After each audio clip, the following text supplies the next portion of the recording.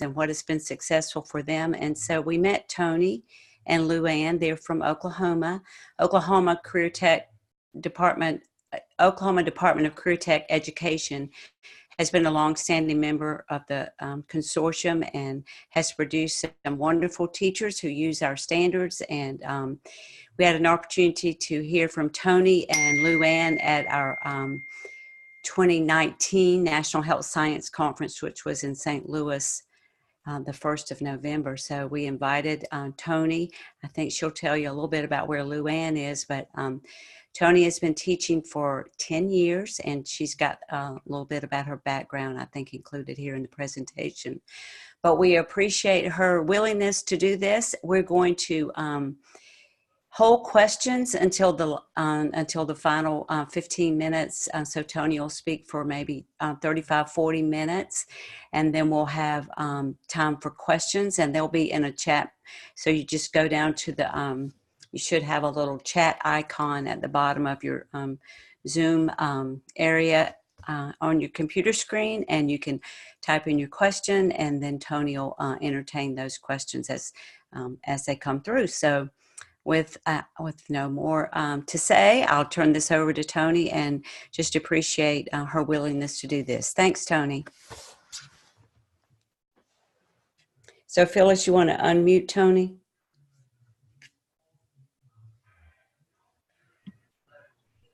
I have to find her first. She's right underneath you. I know, but it's a whole long list. Here we go. She should be unmuted now.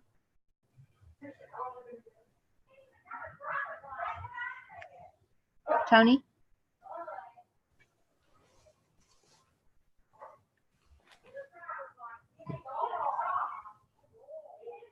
Toni? Okay, I'm about to tell her. Okay.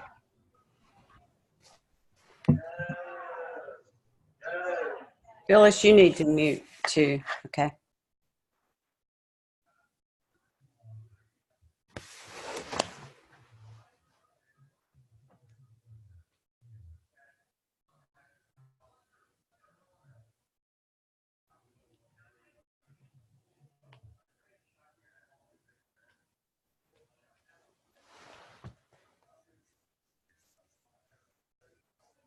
Southeastern Oklahoma. So my counterpart today is not here. She's sick.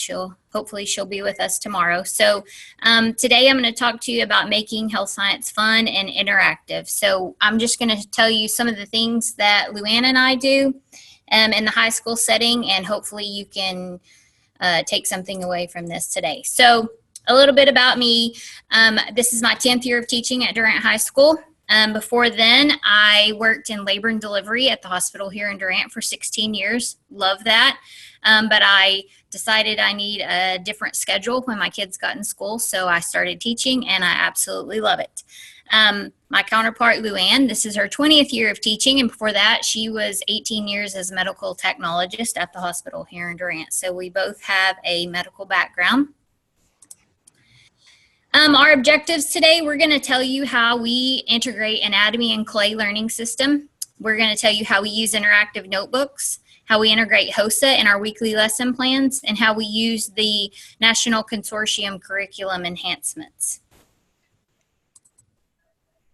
So this first slide that we're going to look at is about our anatomy and clay learning system. And I'm going to go through this slideshow, and then at the end, I'm going to put the camera on me, and I'm going to show you actually some of our stuff that we do. So this first time that we did this anatomy and clay, we wrote a grant from our Oklahoma Career Tech, and we purchased 50 of the skeletons that you see there on the slides. The first year, every group of students, group of 2, shared a half of a skeleton. And then the next year, we wrote another grant and got 50 more. So now all of my Health Science 2 classes, each person has a half of a skeleton, and we build those body systems on there. And then Luann in her Health Science 1 class, which is mainly freshmen, we realized that first year that those skeletons were a little bit too complex for the freshmen. So Anatomy and Clay came out with a new model, and it's called a Torsican, and it's much smaller, and she has started using that this year, and it has worked wonderful. They're also cheaper, so I'll explain some of that once we get into the video where I'm showing you what they are. But we wrote these grants, and Anatomy and Clay is great. They help you write all this. I mean, all of their stuff that you need to write on the grant is on their website. So basically you just copy and paste that information from their website onto your grant proposal, and it's great. So also in our proposal, we wrote in there to attend a workshop. So we went to Phoenix, Arizona, and it was a 2-day workshop. And let me tell you, Brandy was our teacher, and she was amazing. But you better be ready to work, because from 8 to 5, you're in that workshop and you're building every body system in 2 days. And it was hectic, but oh my gosh, I learned so much. So those workshops are great. So if you have these body systems and you haven't been to a workshop, I highly encourage you to do that, because it gave us so many tips doing that. So this is how we store our skeletons. We have shelving that we keep in the rooms, and each hour has a shelf. So each student gets a half of a skeleton. They adopt their skeleton and give them a name at the beginning of the year. And as we go over each body system, we build that system onto the skeleton, to the model. So we keep building as the year goes on, and at the end, you'll see some pictures in just a second. These the students have taken ownership of these, and they love it. It's hands-on. It's hard at first. That clay is hard to get to work if you've not used it before, but the kids absolutely love it. It's one of their favorite activities. So here's some slides of our students, my students in my classroom, using the Anatomy and Clay models. And how I do it, there is a DVD, which there's a slide on the picture of it on the next slide. I don't make every muscle that's in the atlas that comes with it. We're in a comprehensive high school. I have these kids for 45 minutes. And I mean, just the muscular system alone to build those muscles would take weeks. So we build about 9 muscles, the 9 major muscles. And there's a video that comes with the learning system that shows you how to do just those 9 muscles. So I do the basic version of each body system. And so we just build those. I put the video in, and I press play, we watch it, I press pause, we build it, and then on and on. So it takes probably 4 to 5 days to build those 5 muscles. As we go on, they get faster, and so each system gets a little bit faster. Sorry, that was our bell. This is the picture of the video. It's 2 discs. And so this is just the basic version. Now you also get a disc that has like the atlas of the entire body. And so if you want to build another muscle that's not on there, you can pull that up on the atlas. So after we take notes on and I lecture on each body system, we add that system to our skeleton. And then they're tested on the information learned in the videos, and they're tested on the information that they learn in the lecture part.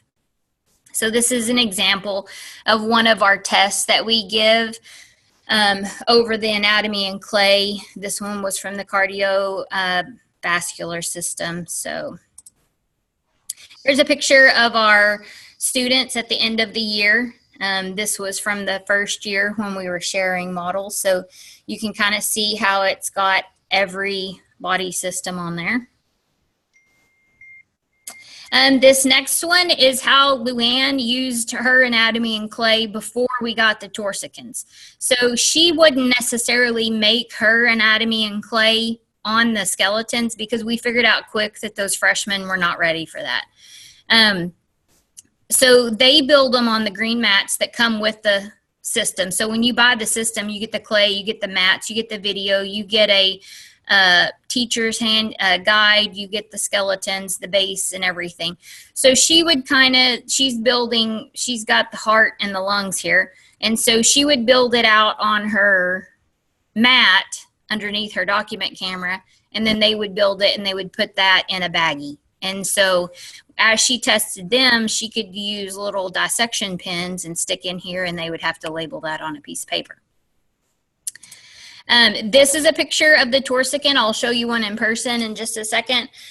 These are considerably cheaper. The skeletons are about $450 for a full skeleton. The Torsicans are about $150.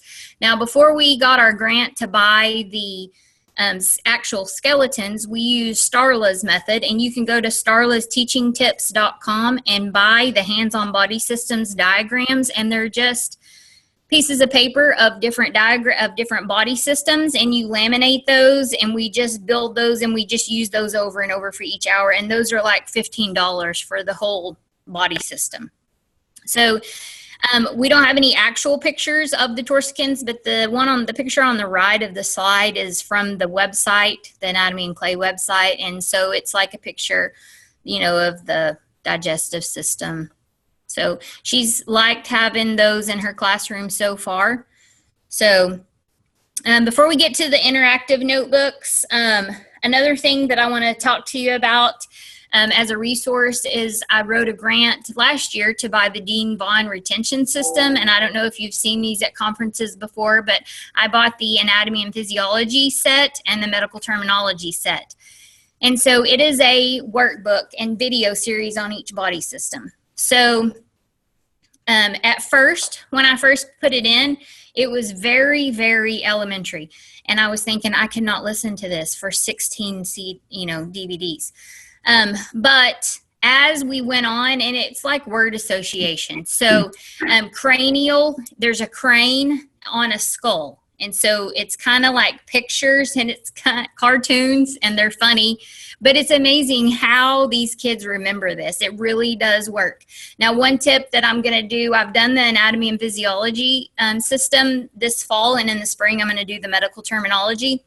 The notebook, the workbook that comes with it, has the answers in it, and they're supposed to write down the answers, the words that are on the screen as it's coming up. So next time I'm going to tear those pages out and just give them the blank pages, because if they're looking through that notebook and writing down the answers ahead of time, they're not listening to the video. And really, you listen to the video and write down as it goes, and that's a lot better. I mean, they retain it so much better. So it sounds really corny when you first put on the video, and I honestly, I was like, there's no way I can do this. This is crazy. But it really works. I mean, these kids are still remembering the funny sayings that go along with it. So that's another resource that we use. So now I'm going to talk to you about our interactive notebooks. We do this 3 different ways. Luann teaches her freshmen. She does it a specific way. I'm going to tell you how I do it with my kids. So I have Health Science 2 kids, which in our comprehensive high school, this is the Health Science 2 is where they get their foundations of anatomy and physiology and the medical terminology. And then Health Science 3 is my health professions class. So that's my medical assisting, CNA, phlebotomy. So in Health Science 2, we have a 5-subject notebook. The very first page is the author's page, where they write their name and their hour. And then the next 8 pages are the table of contents. So on there, they have the page number, the title of our notes for the day, and the date. And we number the pages. The left side's always even, the right side's odd. The left side's odd, the right side's even. So every day when they come into class, they will come in and get their lecture papers, and I'll show you those in just a second. They go back to their seat. They get their notebooks because their notebooks stay in class. They will write down their table of their information in the table of contents, and then be ready to go when I come in. So I'm kind of teaching them a little bit of readiness skills to get ready for me instead of me having to get ready for them. And I'm very structured, and my kids love that. And I've not ever noticed it until this year. And at the beginning of the year, I was out quite a bit. I had to have my gallbladder removed. And so it was kind of chaotic when I was gone. And so when I came back, they were like, oh my gosh, we're so glad you're back. We can get back on our routine. So routines are great for me, and the kids love them too, whether they want to admit it or not. Okay, so Health Science 1, like I told you, Luann teaches that, and she just has them she writes her notes down as she lectures underneath the document camera, and they write those in their notebook. So basically, she's preparing them for when they come to my class. In my class, I use a set of notes that I got from amybrownscience.com off of teacherspayteachers.com. It works so well with my Foundations of Anatomy and Physiology book. You can buy it from her Teachers Pay Teachers, and it's so good. There's a teacher set and there is a student set, and it's a half of a page, so you can, you can get 2 pages on per copy paper. And so that's how I lecture. And it's kind of like guided notes. So I write it down under my document camera and they write it down on theirs. So if you want to look that up, the website is right there on the slide, and it's the Human Body Bundle. I also use this for bell ringers at times. Here's a picture of it. So this is the one on the left is the teacher answer key. And so, but this is what theirs looks like too. It just doesn't have the answers on the side. And here is on the right is a picture of kind of like the guided notes. So it asks a question and then we just answer that and talk about it. So that's my lecture. So they come into class, like I said, get their papers, add them to the table of contents, and they're ready to begin when the bell rings. And then all of their notes go on the left side of these interactive notebooks. On the right side is where we have our reflection for the day. So reflection time is best. It takes a little bit of getting used to at the beginning. After I get through lecturing, they have 10 to 15 minutes at the end of class to do their reflection. So in their reflection, they rewrite or draw pictures of the content that we talked about in class. And I encourage them to use color, and they have to use the entire page. They have to cover that entire right page. So they've got their notebooks open. They've got their information that we covered in the lecture on the left side, and on the right side, they're going to draw pictures and rewrite everything that we talked about for that day. And at first I have to give them prompts and ideas if we're drawing the heart and we've got a picture that we're labeling some things for the day. So their little guided notes has a heart on it. They can trace that heart and rewrite it, or they can draw it. I'm just not a good drawer, so I give them lots of options.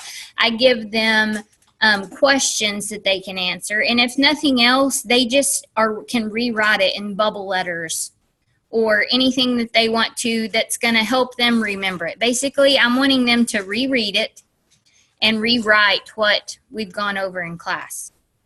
And as the year goes on, their reflections get so much better. So here are some awesome examples of reflections. Now, I am not this creative. This is one of my awesome students. She's very artistic, obviously. So the one on the far left, we're talking about blood types. So she's got her ABO. She drew a monkey for the rhesus monkey for the RH factor. Over here, this middle one, this one was about the 5 senses. And then on the right, looks like we were talking about the endocrine system because there's thyroid stuff on there. Now, not all of them look like this, and they won't. This is just some examples of some awesome ones. I'll give you some other examples as well. So students are tested at the end of each body system. So we'll take notes over the muscles, okay, the muscular system.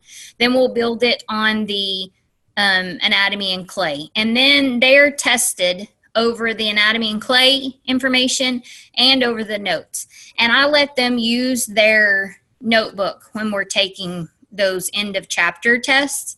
And what I have found is they find more information from their reflection pages than they do from the notes. And it's the same information, but they've written it in their own words, and they've written it in color or drawn pictures, and so they find it easier.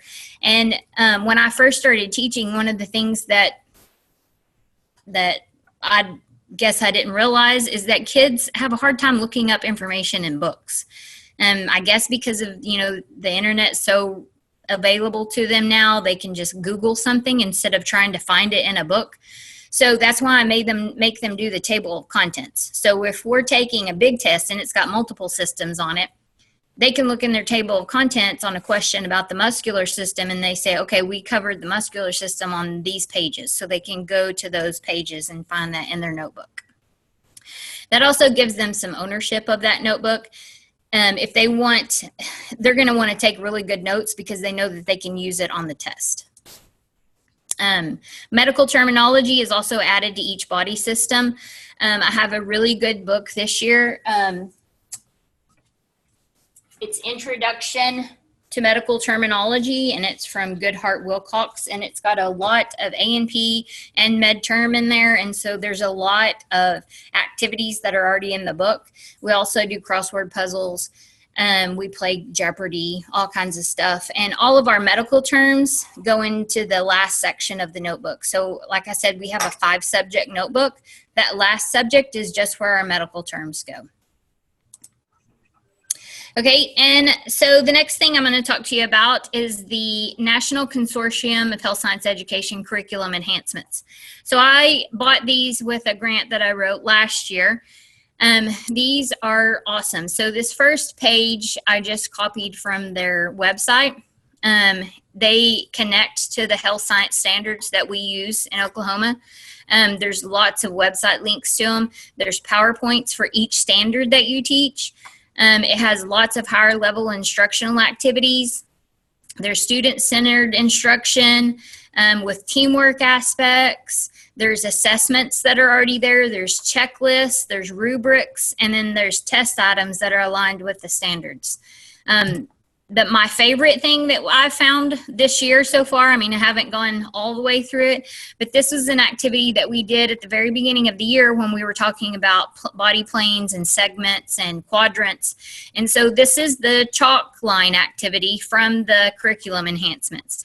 So we had gone over the body systems, we'd gone over the planes, we'd gone over the segments and quadrants, and then I gave them this activity, and it said, trace your partner. So they got in partners, and we went out onto the front porch of the high school for 1 hour, and we went to the back of the class for another hour, and we went out to the tennis court. So we were all in different areas, and they laid down and traced each other out, and then they had to label anterior, mid-sagittal, the quadrants of the abdomen, different stuff like that. They absolutely loved it, and it was talked about forever because there was chalk line bodies all over the school, which the kids loved. Another cool thing on the enhancements is, like I said, I teach health professions, and so my health professions class do clinical rotations. So one of the things that we talked about on law and ethics were a code of ethics, like the Hippocratic Oath, stuff like that.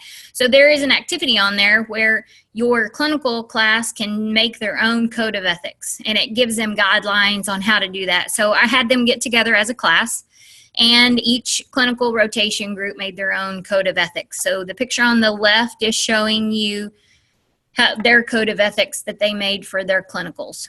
The picture on the right, another one of my favorite activities was the cultural sensitivity test. So when we're talking about cultural sensitivity, everybody says, oh, well, I'm culturally sensitive. Well, when you take this test on here, you kind of start to think a little bit harder about some of your answers. So it was very eye-opening for a lot of our students. So they loved that activity as well. So the next thing I'm going to talk to you about is integrating HOSA into our classroom. So we do HOSA every week. Every Friday is HOSA Friday.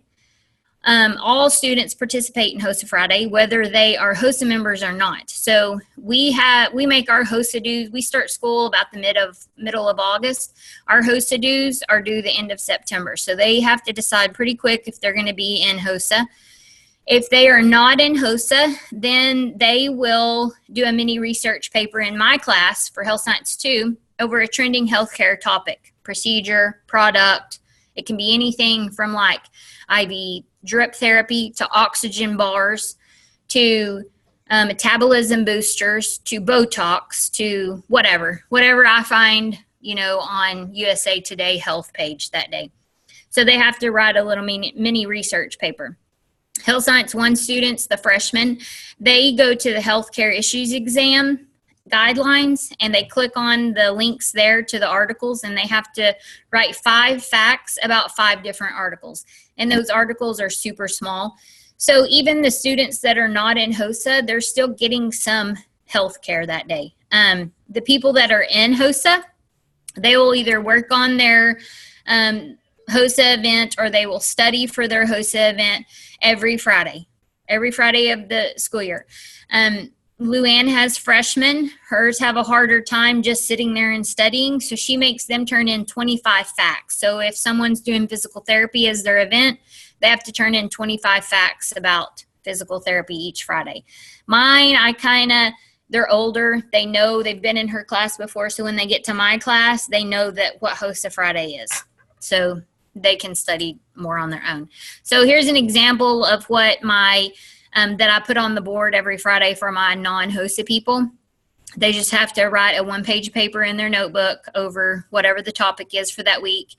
And I just give them some guidelines of what they need to have on that paper, a definition, pros and cons. Is it healthy? Is it beneficial? Is it as good as marketed?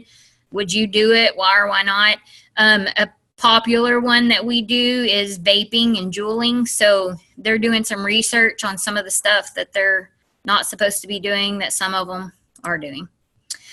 So our HOSA chapter is pretty big. We average about 85 members. We have about 900 kids in our high school. We're one of the largest HOSA chapters in the state of Oklahoma. We average about 50 of our members advance to the state competition, and we usually take about 15 to international competition. So we are very proud of our HOSA group. And now that we've been here this is our 10th year to do this competition-wise. HOSA is a big deal at our school. Everybody wants to go to Disney World, obviously. And this year they're excited to go to Houston. So it kind of recruits itself now at this point, especially since we do HOSA Friday every day in our classes. That gives them a lot of incentive, because they're not having to study outside of class a lot because they're doing sports or extracurricular activities or stuff like that. So this is some pictures of our students that we took to International Leadership Conference this past summer. These 2 on the right are my daughters. So the one in the middle, she went, let's see, what did she do? She did sports medicine this year. This one on the right is a freshman this year, but she competed in the middle school division on healthcare display, and her group got 3rd. So one of the things that I want to tell you about is this National Consortium certificate lab, and Precision Exams puts that on. And so I make my kids take at least 1 test a day from the Precision Exams at the certificate lab, and it's so great. They're free. So if you go to ILC this year, look for the certificate lab. It's awesome. And while I'm talking about Precision Exams, that's what we use as our testing. It's very easy to use. And I know that Robbie was at the Nishi conference in St. Louis this year. So that is a good one to go see. You can take those tests while you're at these conferences and see which ones fit your classroom. Luann gives hers the 21st century success skills and preparing for college and careers. Trying to get her kids thinking about what they want to do and to see if they have those skills necessary. My Health Science 2 kids, they take the Health Science Fundamentals class, and then my Health Professions take the Medical Assisting Clinical and Lab Procedures, the Certified Lab Tech, the CNA, and then they take the National Health Science Standards Test. So make sure you use them when you go to any conferences. So that is the end of my slideshow. I'll leave this one up here for just a second so that you can get my email. So if you ever have any questions, you're more than welcome to email me or Luann. So let's see if I can go back to my thing. All right. So can you guys see me? Yes, we can see you. Okay. Okay, good deal. Okay, so I'm going to show you, this is one of my skeletons. So far we've just done the skeletal system and the muscular system. So if you look closely, we've got the stuff on there, the clay on there. And then for the skeletal system, I don't know if you can see it, but there's little markings where they've marked the different bones. So that's our skeleton, guys. This is our torsicon. So this is the cheaper of the model. And like I said, these are like $150, I believe. The big ones are like $450, I believe. But if you can't afford these, or if you don't have them yet and you still want to use the clay, Starla has those on her website for like $15 for the whole body bundle. Okay, so a couple of questions. Luann has freshmen in high school. I have sophomores, juniors, and seniors in mine. So do I have any more questions?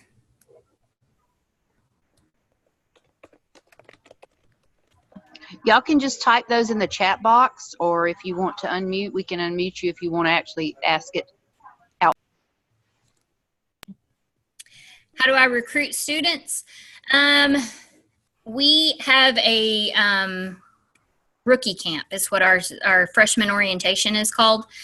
The 8th graders will come over to our building at the end of the year, and we kind of have a assembly where each organization, so like ag and health science and FCCLA, will talk about their programs. So those kids know when they're enrolling if they want to be in that. And then rookie camp is the week before school starts, where the kids come up here the freshmen come up here for a whole day.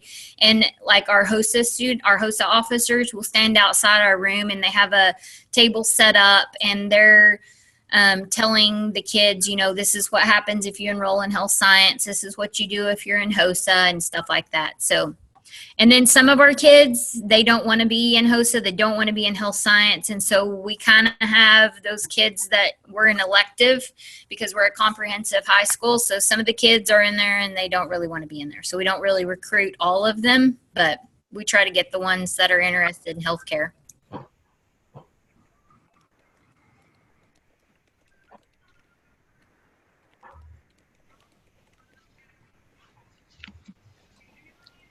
Let's see. Any other questions? This question was, are there any other health science teachers at your school? Luann and I are the only 2 health science teachers at our school. So she teaches the freshmen, and then I have the sophomores, juniors, and seniors. So she teaches Health Science 1, which is the foundations class, and then I teach Health Science 2, Health Science 3, and then the capstone is Health Science 4. Do they do work-based learning? They do. My clinical kids, my health professions kids, they do clinical rotations, basically job shadowing on Tuesdays and Thursdays. We do a lot of service projects in HOSA. So we do stuff like Families Feeding Families, which is our food bank that's here in town. We do stuff like that with our HOSA chapter quite a bit.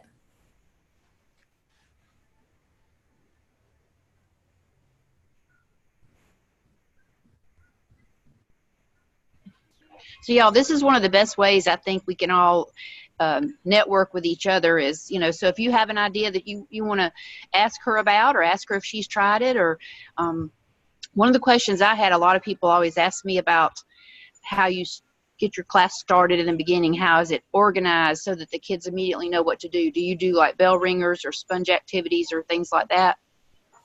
Sometimes I do. I train them at the beginning of the semester that we have this same routine every day. So we take notes on something every day. Now, the length of the notes may be short depending on if we have an activity that day.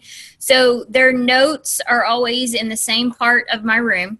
So they know to come in, they get their notebook, they get their notes, they write it in their table of contents, and then I have on the board the objectives for the day, what we're doing for the day. So they're kind of already engaged when the bell rings. And so then I start my lecturing, and my lecturing can be, my lecturing is the guided note taking because I have to keep myself on track.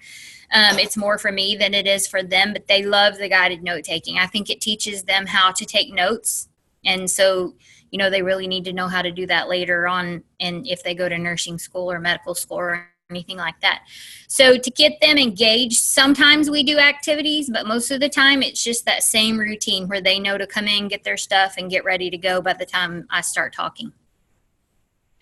Also, another question that's been asked is, do you use a textbook? I think you mentioned it when you talked about the intro to medical terminology, but do you use one for the other classes?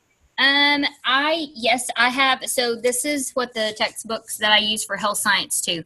So it says introduction to medical terminology, but there is a lot of anatomy and physiology in here as well. So this is what I use for my foundations of A&P class and in the med term class, which is health science 2. For health science 3, my health professions, I use the DHO, Diversified Health Occupations book, and I use, the professional medical assistant. It's a FA Davis book. So I use both of those books in my health professions class. Okay, thank you. You're welcome. Any other questions? Anything you want me to show you? Another fun activity that we do, I didn't think about this one, and I think I got this one from the curriculum enhancements, but I'm not 100% sure, is when we talk about the brain. We build the brain out of the clay on the models, but we also I buy white balloons and give them markers, and they have to draw each lobe in a different color on that balloon, like the balloon is their brain. And then they have to research where vision comes from, or personality, or different stuff like that. So they have to put 5 different things that come out of that lobe. So they have to draw pictures or write, the words on each lobe in different colors. So they have to use different colors for each lobe of the brain, and they have to draw that brain on the white balloon. So that's another fun activity that we do.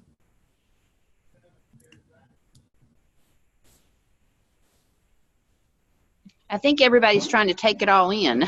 You do a lot. Goodness, you have your kids really busy, it sounds like. And I don't know if all of you are all experienced teachers, but one of the things that I think leads to students not behaving the way they should is because they have time when they're not engaged or they're not doing something. And it sounds like you really have them on a routine, and that you really keep them doing stuff. And I think that's how I'm in a classroom too, and I think a lot of adults are, but a lot of kids, it takes a while for them to get used to that. So I really appreciate the fact that you're showing us how you do that, and I would imagine you don't have a lot of behavior problems because you do keep them busy. Yeah, we don't have a lot of behavior problems. I don't know if it's because they're scared of me, or if it's because they think I'm crazy, or if it's because I keep them busy. But yeah, maybe all of the above. I have ADHD, so I don't like to be sitting still. So we're just always doing something. Okay, does anybody else have any questions? I'm going to turn it over to Nancy in just a minute if there are no other questions. And Toni, I really appreciate you doing this. It was awesome.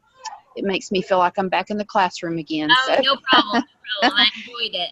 Okay, I'm going to turn it back over to Nancy. I think she wanted to say a few things. And we hope y'all will continue to be a part of our webinars. We're going to try to do one monthly, but Nancy will tell you more about that. Thank you, Toni. You're welcome. Thank you.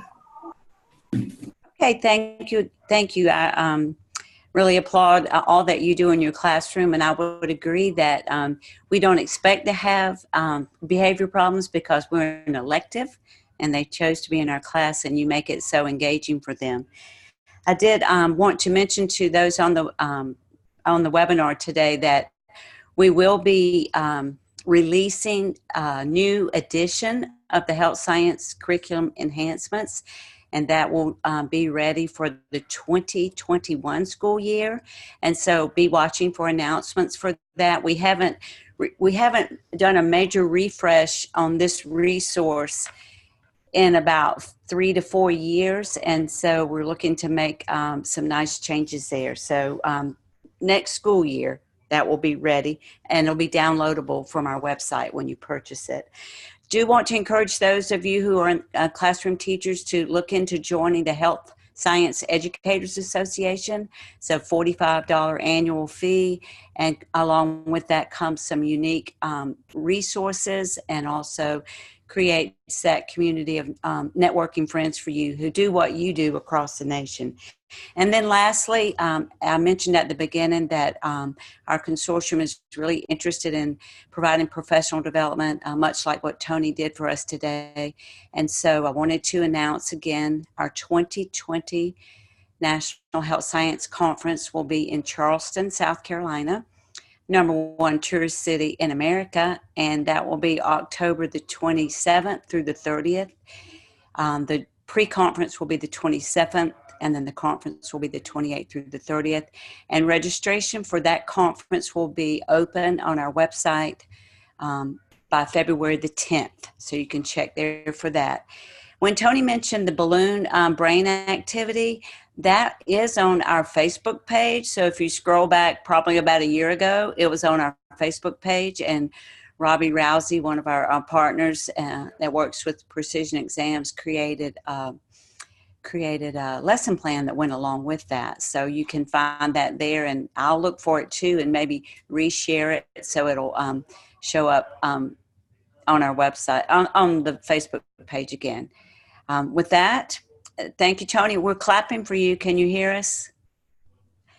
All right. Thank you, Phyllis. Thank you, everyone. Have a good rest of your day. Thanks, everybody, for joining.